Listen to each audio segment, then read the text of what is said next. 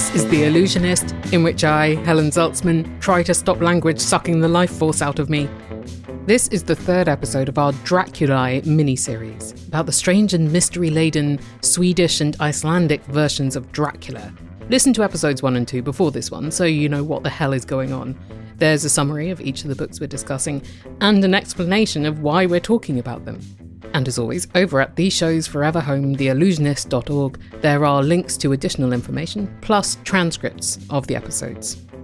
Also at theallusionist.org, there is a playlist of relevant episodes for Pride Month, and they're good all year round too. On with the show.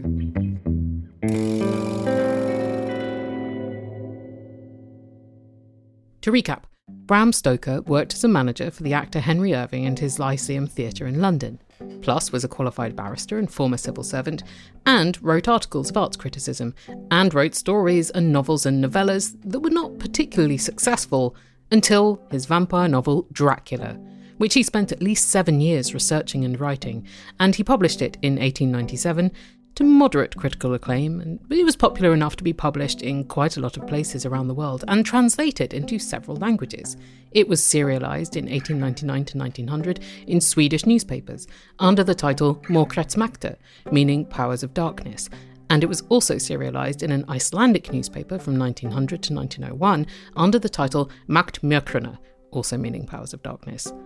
It took more than 100 years for someone to point out that the Powers of Darknesses are not direct translations of Dracula, far from. They have significant differences in plot, character names, and word count. How? Why? Who? There's so many different ways to try and understand this text, and there are so many different pieces of evidence that point us in these different directions. Is it fan fiction? Is it pirated fiction? Is it pastiche? Is it creative license, creative liberty? Is it an alternate version? Could it have been Bram Stoker's original version, his director's cut? What are these texts in relationship to each other?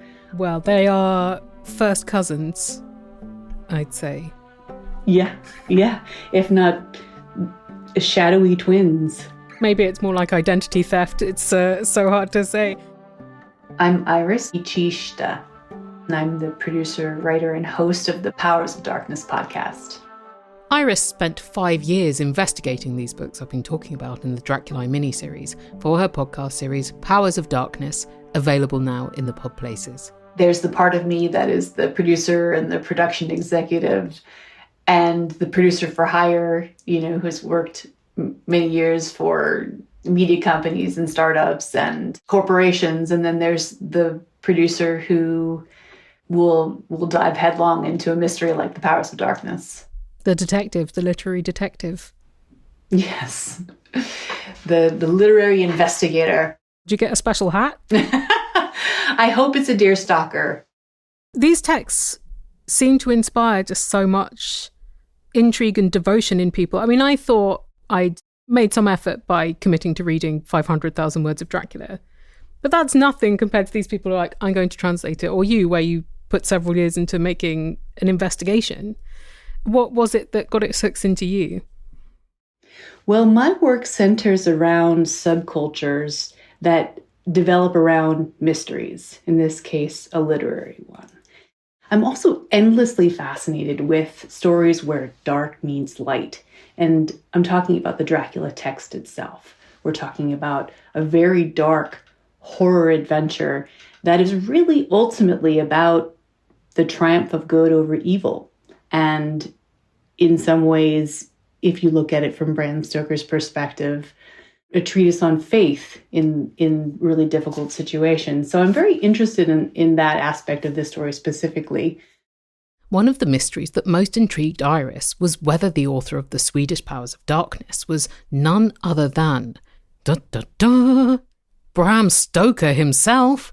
I didn't expect to solve this mystery. I didn't expect to identify the author. But I wanted to present the best, most complete case for Bram Stoker. Even though I don't necessarily believe that, it's a lot more fun to believe that Bram Stoker was involved, if not wrote the text himself. I feel so naive for not even having thought about it as a possibility. And so I think I wanted to present that case because it's a lot of fun, and because I think a lot of people who have been following this story have abandoned that.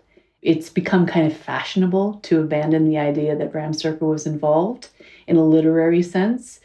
And I don't think that the evidence allows us to completely write him off. Why do you think the fashion has dismissed this theory? Because there's no hard proof.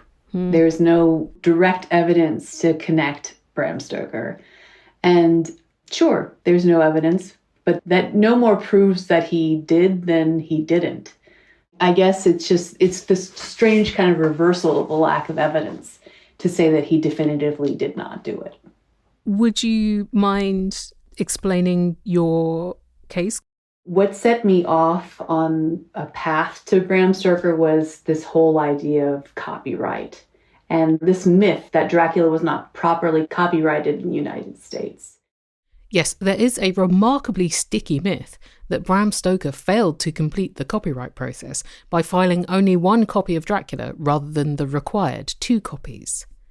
There was something very off about that because of what we know about Bram Stoker as a barrister, as someone who was trained in the law.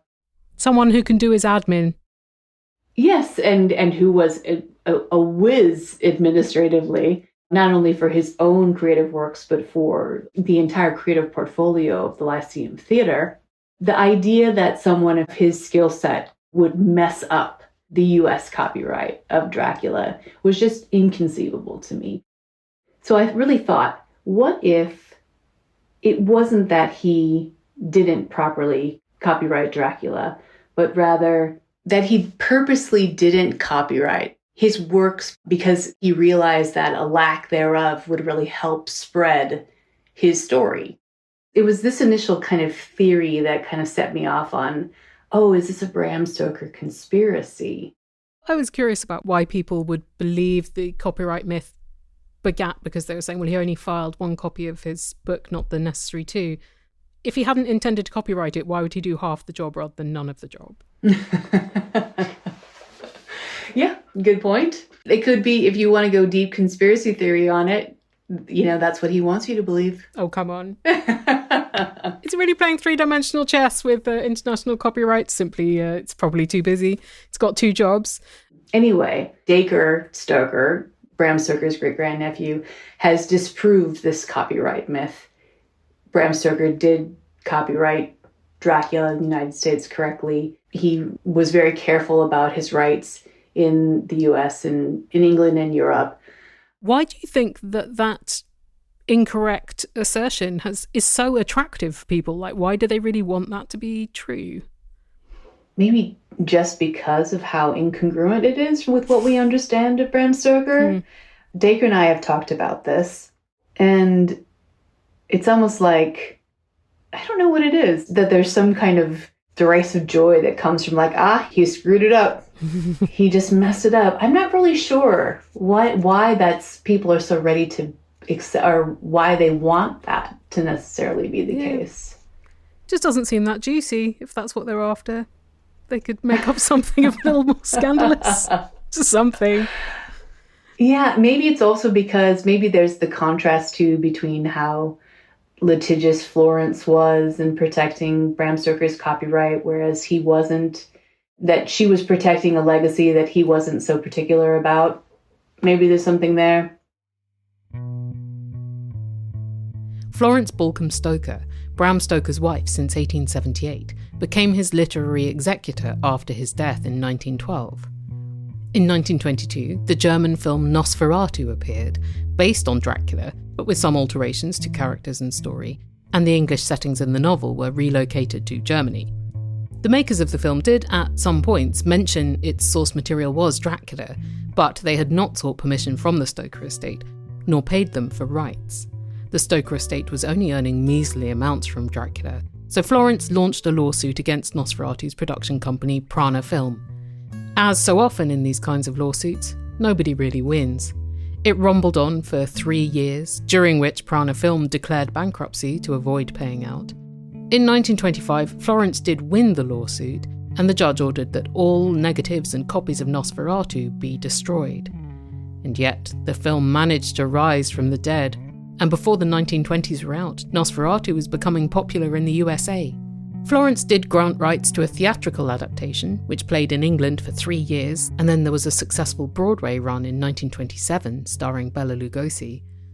But Florence didn't see any money from that either. The producer died before paying the Stoker estate. But with Florence's approval, and a payment to her from Universal Studios, in 1931 the play did become a film, also starring Bela Lugosi, and oddly, it included some things that were in Nosferatu but not in Dracula. Anyway, it was around that time that the persistent notion began that Dracula was not in copyright in the USA.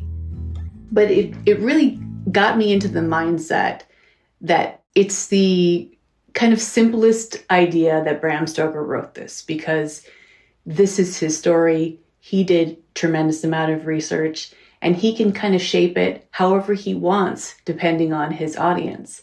And this idea that the Powers of Darkness story might actually be the story that Bram Stoker wanted to tell, but couldn't tell in England, but perhaps could tell in these Scandinavian countries, is kind of interesting. And it's not that far-fetched when you consider the content.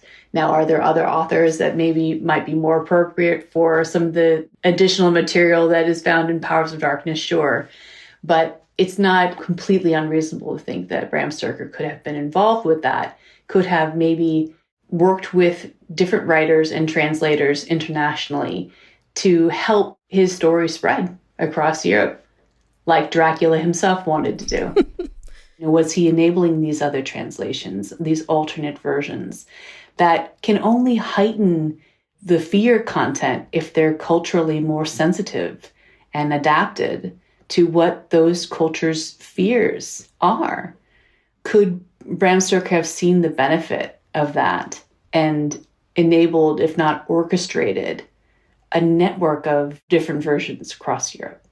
You were talking in your show about whether he was bypassing British censorship. I just didn't know what that was like in the 1890s. Yeah. Like what kind of situation he was contending with.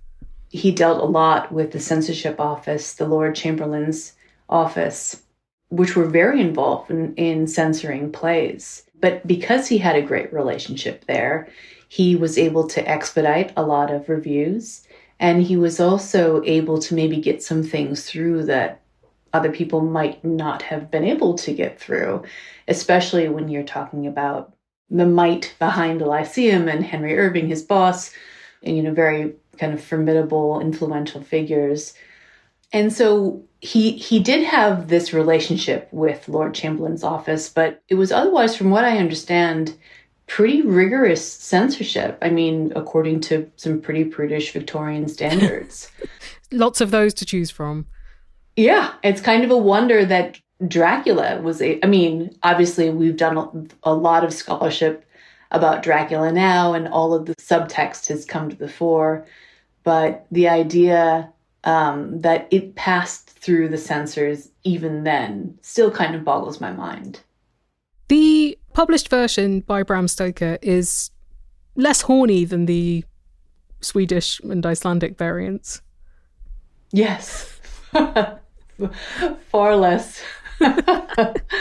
Yeah, it really is. The Scandinavian versions are sexy and seductive and really manipulative. Like the Countess, for example, is a very manipulative, dangerous character.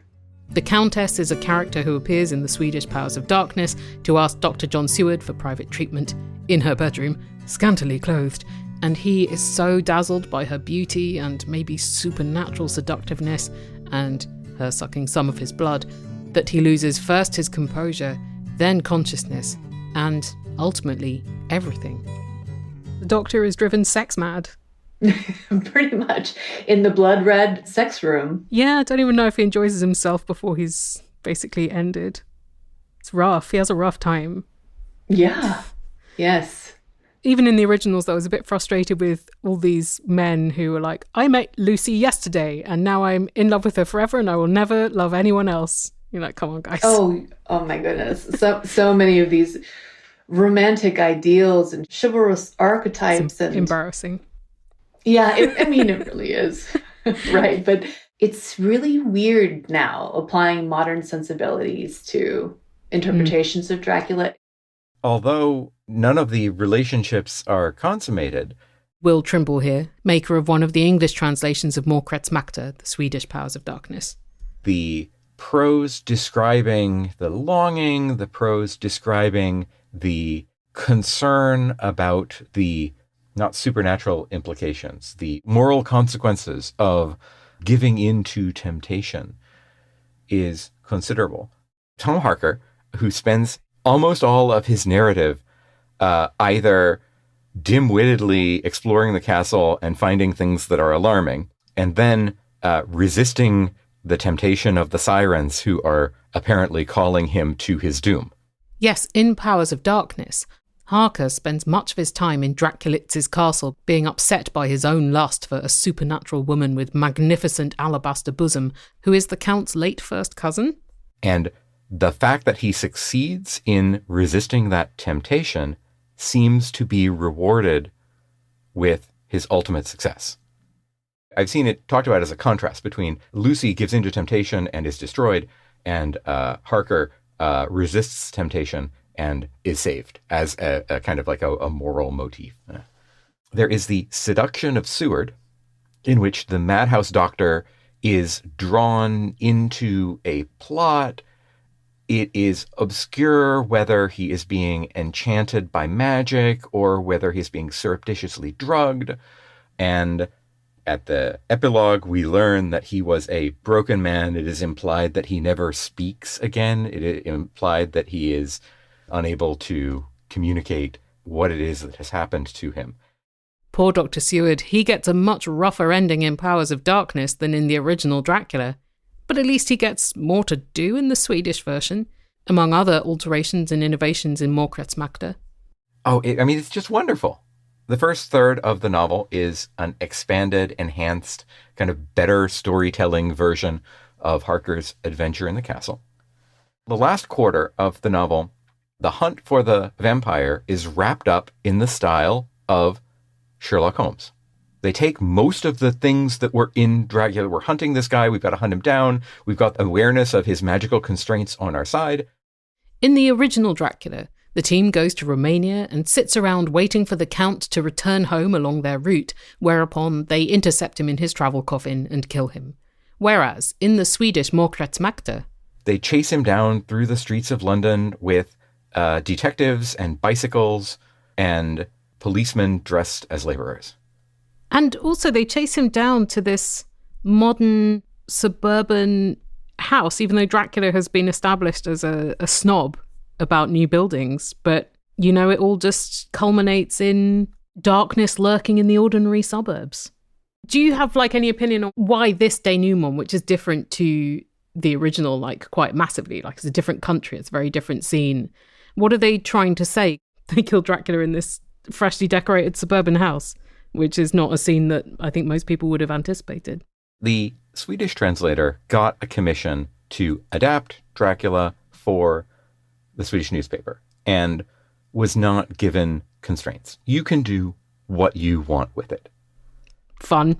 So I would suspect, to the extent that the end of the novel changes away from the mystical surveillance of Dracula on the continent via hypnosis to detectives chasing down a violent criminal, I suspect it reflects the personality or the literary experience of the author. That author being still unknown, the text only attributed to the name A.E. Most of the newspapers had fiction in them. A couple thousand words of fiction were printed each day. Typically, these newspapers, because they were Swedish, often had foreign literature published in translation. And they always used the word for translation. There would be a title page, and it would have the title in Swedish, and it would have perhaps the title in the original language. They would say, this is a translation from the German, this is a translation from the English, and here's the name of the translator. Uncommonly, the translators were anonymous. More often, they would just name the translator, because why not? This was the only piece of fiction in this newspaper in this decade. that used the Swedish word for adaptation. The title page says, Mörkretsmakter, roman ap Bram Stoker, Svenska bearbetning for Dagen ap A blank E. Meaning Powers of Darkness, novel by Bram Stoker, Swedish adaptation for Dagen, that was the newspaper it was published in, by A blank E. The word bearbetning is the one that caught Will Trimble's interest. It means adaptation or reworking. It did not use the word whose meaning is most closely translation. And it seems like the puzzle over what is this is most easily understood as lying in plain sight on the title page. The author took the story of Dracula, wrote with a free hand. The author didn't recognize all of the Shakespeare quotes. Most of the Shakespeare quotes don't survive the translation. I was able to spot an exceedingly large number of casual biblical references. I presume Swedish culture at the time was using biblical allusions the way that Bram Stoker was using Shakespeare quotes. It was a set of commonly understood idioms to compare things to. But the author inserted far more mentions of musical theater and opera. Likes musical theater a very great deal. The translator was comfortable with the kind of murder mystery detective style. Loves Sherlock Holmes. Seems to use plot elements from some of the early Sherlock Holmes stories. The later Sherlock Holmes stories hadn't been written yet. The author likes to ramble about the boundaries of knowledge and the boundary between the supernatural and the natural and the belief and the non-belief in the occult. Loves to ramble about hypnotism, and I appreciate that in one place, in Stewart's voice, the hypnotism is mentioned extremely prosaically. Hypnotism is treated like a vent on a plumber's drain when he writes about it in Seward's voice. When other characters are talking about hypnotism, it carries grander consequences and moral significance. That one touch I noticed, like, oh, when Seward is talking about it, it is a tool. And when other characters talk about hypnotism, it is the tip of the iceberg of the unknown. And like, that plays to character really well. This is our unimaginative character here. In Dracula, there are several scenes in which Lucy Westenra's 3 suitors, plus Dr. Van Helsing, give her transfusions of their blood to try to stop her wasting away from being vamped, and also as an act of romantic devotion. It seems like Stoker was really, really enchanted by the transfusion. And the translator, maybe not so much. Agree with the translator there. Now, our modern view is just that, this is a piece of technology. And in the late 19th century, transfusions of human blood were still quite a novel technology, one that was not yet considered very medically legitimate thanks to the high rate of mortality. Blood groups weren't figured out until 1901, after all these books were written. But they invested the blood with spiritual significance in a way that maybe didn't hold up even in 1899. To be fair, it does seem on theme in a book about vampires for blood to be significant. Although actually, in all 3 of these books, there isn't a whole lot of what we would expect from vampires. Yeah, you mean you're talking like fangs penetrating necks and drinking of blood and that kind of stuff? Yeah. Yeah, there's almost no blood in Powers of Darkness. It's bizarre.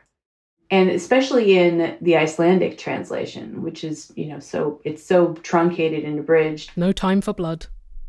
Yeah, I mean, no time for blood in a vampire novel? There's something wrong with this adaptation. Yeah, real marketing blunder. You're right. There really isn't a lot of that. There's a lot of these like soliloquies and pontificating and like that Van Helsing philosophy and idea. Yes, imagine being trapped in a lift with him. Yeah, that would feel like a extra long time. Back to the idea that intrigued Iris so much that Bram Stoker was secretly the author of Powers of Darkness. One of the pieces of evidence that people have taken to mean that Bram Stoker did write it himself was that it included a preface signed with the initials BS. Try not to snigger at the back, please. That's not supposed to be a hint. The preface said that Thomas Harker and Dr. John Seward were his real-life friends and all the events actually happened. I don't think this was intended to dupe people. It's not an unusual literary device to make a novel sound like it's actually factual. I think everyone recognized it as fiction, but still, it was a literary construction that worked, People were kind of intrigued by it. This is Hans Corneel de Roos, who begat the English translation of the Icelandic version of Powers of Darkness, Macht Myrkra. And then, very interesting, where the Icelandic preface ends, the original Swedish preface continues. There were some thoughts that were plagiarized, almost copied from the memoirs of a Swedish priest. Strange. Very strange. In your opinion, did Bram Stoker have anything to do with this preface? I think he had nothing to do with it because he couldn't read Swedish. The Swedish memoirs of a Swedish priest, published in Stockholm, as published in parts in little booklets. I don't think he knew about it. If he knew about it, he couldn't read it. And even if he could read it, why would he commit a plagiarism and borrow these lines from a Swedish priest and put them into his own preface? He didn't need that. He could write a preface for himself if he wanted to. He didn't need to plagiarize. In my opinion, Stoker was not even involved in the Swedish or the Icelandic text, but someone in Sweden came up with this practical joke. A joke, Hans thinks, by some journalists at the newspapers in which Powers of Darkness was serialized, which were liberal newspapers. Clericals, of course, were the political enemies. And I think they just pulled a prank and smuggled some of these lines into the preface. And if the preface is a fabrication, and it is even signed with Stoker's initials, then why shouldn't the rest of the story not be a fabrication? In my opinion, it is just, some call it fan fiction. I wouldn't call it that. It was just a piracy that they hoped to sell to attract subscribers to the newspaper. Just mysteries piled on mysteries, this whole thing. Yeah. And then some of these mysteries are solved rather efficiently. In both Icelandic and Swedish, the preface mentions, quote, strange happenings, which neither scientists nor the secret police have yet been able to understand. We always thought it had been translated from an English manuscript that Stoker sent to Iceland. And that would explain that a word like secret police, which doesn't exist in Icelandic at that time because they had no secret police, that a word like secret police could turn up in the Icelandic preface. But now the riddle has been solved. It came from Sweden. As for how Dracula got to Sweden in the first place, nothing too exciting. I suspect someone simply ordered the English Dracula via a bookseller from England. I mean, the book was sold internationally. It was discussed in many newspapers. There was a serialization in Chicago already in May 1899. And there was a Hungarian translation published in 1898 with a cover illustration of the Count looking like he's very excited to have dressed up as Rasputin for Halloween. So someone got wind of the story, got hold of the book, and I think they just worked from the original text and spun their own modification of it. One of the other sources of intrigue about Powers of Darkness is that these versions of the story supposedly contain elements from Bram Stoker's unpublished early drafts of Dracula. But having studied various typescripts, Will Trimble rejects that theory. The inclusion of plot elements that appear in the unpublished drafts, I find unconvincing. Simply because there were a lot of things in his notes. And the vast majority of the things mentioned in his notes didn't appear here or anywhere else. Werewolf ideas, volcano, the corrections that were made before printing of Dracula, the typescript has hundreds of changes written in the margins, written by hand. And for a small part of those, you can recognize a part of Powers of Darkness that is relevant. And then the second half of Powers of Darkness wanders off from Dracula, and there aren't corresponding parts for half of the novel. But the first part of the novel, you can line some pieces up, and when you line the pieces up, they always match printed Dracula, and never the draft of Dracula that was before the handwritten corrections. Never once. Iris Ishichita. If Bram Stoker was involved or wrote Powers of Darkness himself, the evidence suggests that he would have written it after the 1897 Archibald Constable edition. There are edits in that 1897 version that appear in Powers of Darkness, which would suggest that either somebody else took that published version and then based Powers of Darkness on that, or that Bram Stoker, after having made those edits, then elaborated on his original work and made his extended version in Powers of Darkness.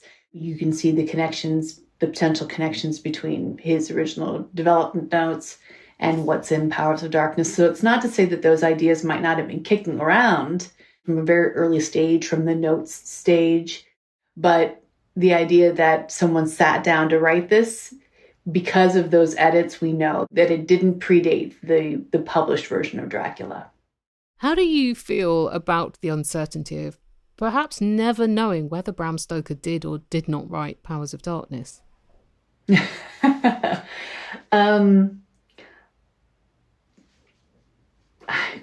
mean, I'm fine with it. Okay, good. What's certain in life? That's a great question. It's certainty is a delusion that we like to feed ourselves just so we can sleep at night. I think so. I would like to get closer to an author. I think that would be a great victory, and a lot of people who are following this mystery would sleep a little bit better.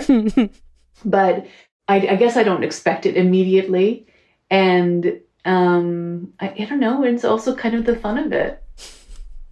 Endless at the moment. Yeah. I mean, I get it. I can totally get if it drives you crazy. Does it drive you crazy?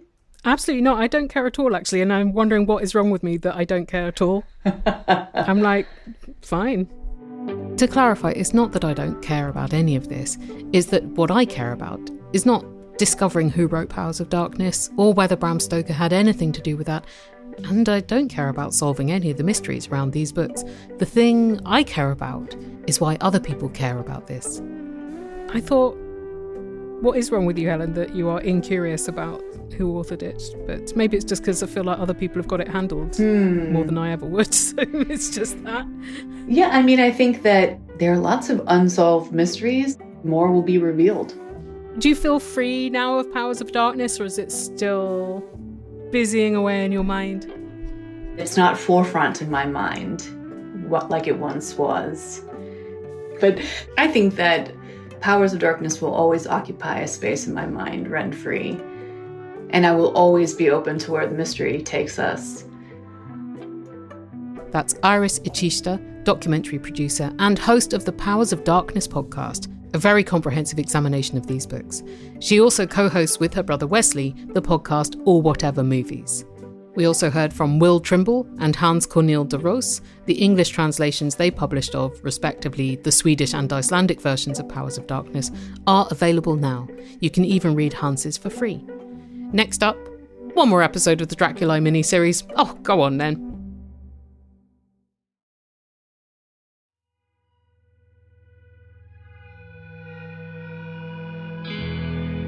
Your randomly selected word from the dictionary today is Jeremiad, noun, a long mournful complaint or lamentation, a list of woes. Try using Jeremiad in an email today. For example, are you around after work? I've got a proper Jeremiad to get off my chest. This episode was produced by me, Helen Zaltzman, on the unceded ancestral and traditional territory of the Musqueam, Squamish and Tsleil-Waututh nations.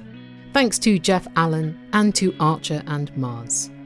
The music is by singer and composer Martin Austwick. Hear his songs via palebirdmusic.com and Bandcamp. And listen to us on our long-running podcast, Answer Me This. There are more than 400 episodes to get stuck into if you want a gentle time that does not make you think or feel painful things. Find me on Instagram, Facebook, YouTube and Blue Sky at Allusionist Show. Become a member of the Illusiverse at theillusionist.org/donate, because even just a $2 a month contribution is a big help to keep this independent podcast going. In return, you get extra stuff like live streams where I read relaxingly from my collection of vintage reference books. You get membership of the Illusiverse Discord community to hang out with other pod friends, and you get bonus written content about each episode. After the last one, new Illusiverse member Peter commented that these posts are, quote, a delightful supplement to the episodes themselves. Bonus Zaltzman-y goodness. Hooray! Well, thank you, Peter. That's the spirit. So you can donate and also listen to or read every episode, get more information about the guests and topics therein, and see the full dictionary entries for the randomly selected words, all at the show's forever home, theillusionist.org.